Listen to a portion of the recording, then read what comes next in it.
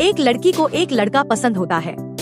वह दूर खड़ी होती है और लड़के के पीछे उसका दोस्त खड़ा होता है जो हाथ हिलाकर हाय कहता है। लड़की समझती है कि वह लड़का उसे हाय कह रहा है।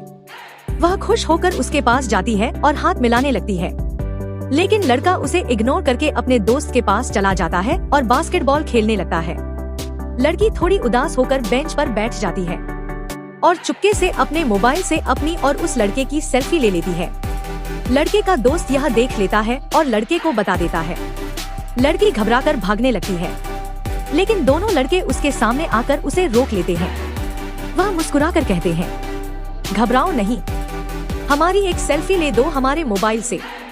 लड़की उनके मोबाइल से सेल्फी लेती है, लेकिन वह लड़के उसके साथ नहीं, सिर्फ उसकी ही तस्वीर ले लेते हैं और चले जाते हैं। आखिर में लड़की अपने मोबाइल में उस लड़के की तस्वीर देखकर मुस्कुराती और शर्माती है।